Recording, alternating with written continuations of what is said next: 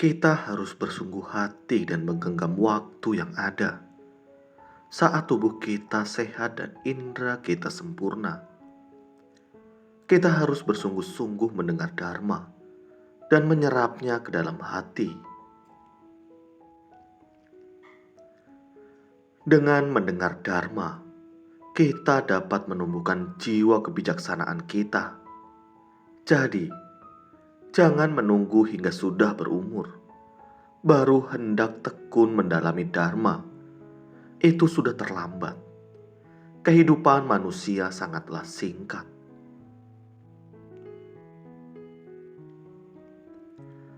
Dahulu, saya sering berkata, nafsu keinginan bagaikan ombak tinggi yang menimbulkan gejolak pada lautan penderitaan. Di dunia ini, pikiran makhluk awam sangatlah rumit. Setelah mendengar Dharma yang merupakan kesempatan langka, orang-orang dipenuhi sukacita. Dengan penuh sukacita, mereka menyerap Dharma ke dalam hati. Orang-orang seringkali berkata, "Saya telah memahami Dharma." Saat ada yang bertanya, apakah mereka tahu bahwa kehidupan semua makhluk setara? Mereka menjawab, "Ya, kehidupan semua makhluk setara." Namun, saat ditanya apakah mereka bervegetaris, mereka berkata, "Hanya saat saya bisa. Saat ada waktu dan jalinan jodoh, saya akan bervegetaris. Namun, saat bersosialisasi dengan orang lain, saya tetap pergi ke restoran mewah."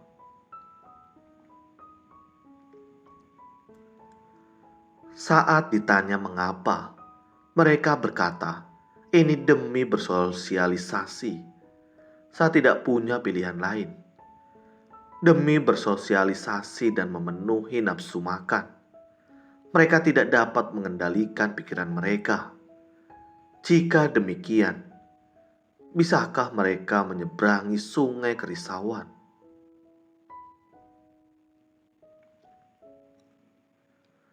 Penari yang mencari Dharma. Di Kekaisaran Maurya, Raja Asoka menjunjung tinggi ajaran Buddha. Karena itu, dia bertekad untuk menyebarluaskan ajaran Buddha. Dia sering memberi persembahan kepada Sangha. Harapannya ialah setiap orang di negerinya dapat mendengar Dharma. Dia juga sering mengundang anggota Sangha ke istana untuk membabarkan Dharma.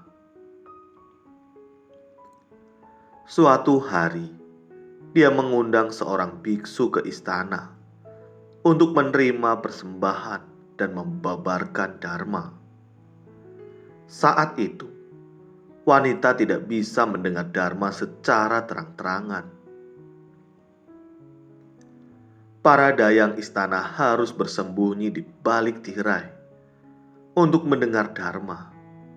Di antara mereka, ada seorang penari yang memiliki akar kebajikan dan kebijaksanaan. Dia sangat gemar mempelajari ajaran Buddha.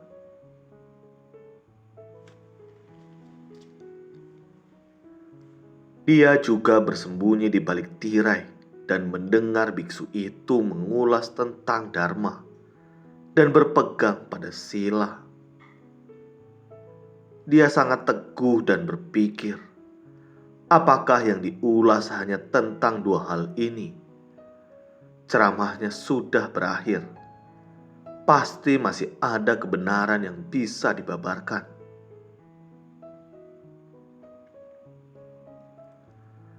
Berhubung ceramah biksu itu akan segera berakhir, dan dia tidak bisa menahan kehausannya terhadap Dharma, dia pun menyibak tirai tanpa berpikir panjang. Dia berlari ke hadapan biksu itu, serta bersujud dan memohon dengan penuh hormat, agar biksu itu dapat menjelaskan secara lebih mendetail.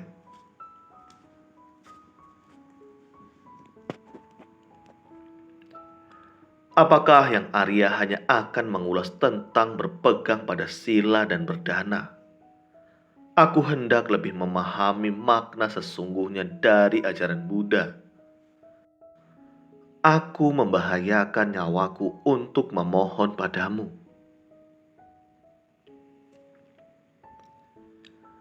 Biksu itu sangat tersentuh dan berkata, kehidupan penuh dengan penderitaan. Penderitaan berasal dari nafsu keinginan. Penari itu lalu bertanya, dari mana nafsu keinginan berasal?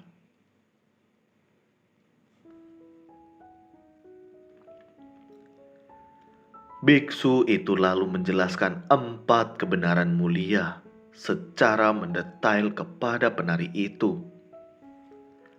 Sang penari bersungguh hati dan menyerap 4 kebenaran mulia ke dalam hati. Dan pada seketika itu juga, dia memahami segala kebenaran.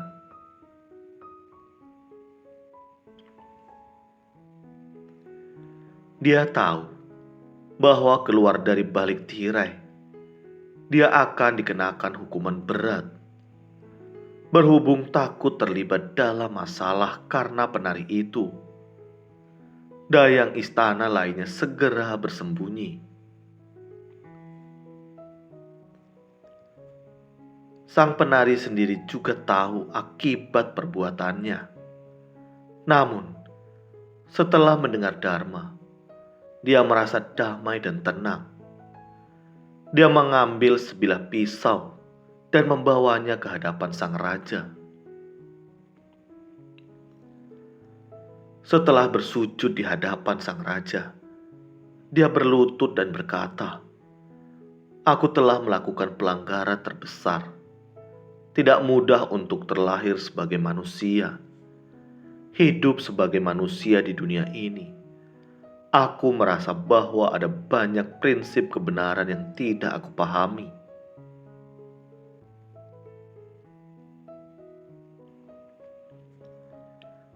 Kini aku telah tercerahkan. Dharma ada di dalam hatiku, dan aku dipenuhi sukacita.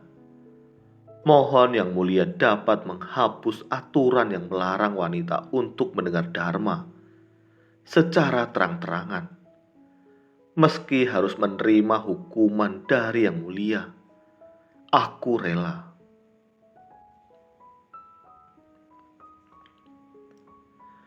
Melihat bahwa dia sungguh-sungguh menghadapi hidup dan mati dengan tenang, sang raja menyadari bahwa dirinya harus bertobat. Mengapa aku harus membeda-bedakan pria dan wanita?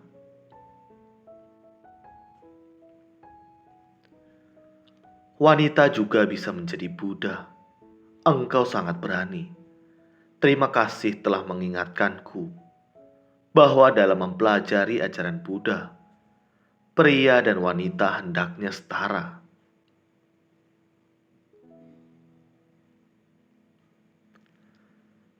Demikianlah, pada masa Raja Asoka, semua orang dapat mempelajari ajaran Buddha. Raja Asoka menjunjung tinggi ajaran Buddha. Pada masa itu, ajaran Buddha berkembang pesat di seluruh India.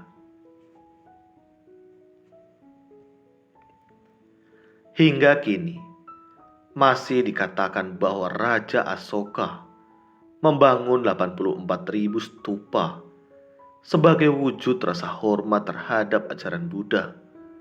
Jadi, kita harus tahu bahwa dalam mempelajari ajaran Buddha, kita harus sangat bersungguh hati dan berani.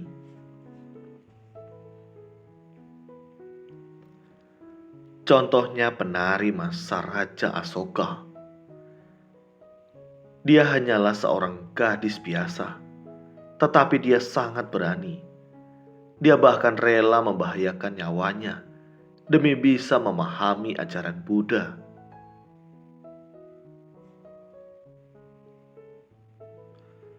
Karena perbuatannya lah, aturan itu akhirnya dihapus. Ini merupakan sebuah kontribusi besar. Jadi, kita harus tahu bahwa Dharma dapat menyeberangkan kita. Hanya Dharma yang bisa demikian. Dengan Dharma, barulah kita bisa mencapai kondisi batin yang hening dan damai. Jika batin kita hening dan damai, berarti kita telah menyeberangi sungai kerisauan dan mencapai pantai kebahagiaan.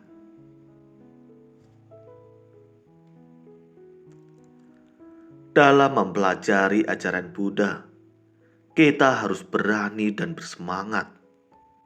Selain dana dan sila, kita juga harus menjalankan kesabaran, semangat, konsentrasi, dan kebijaksanaan.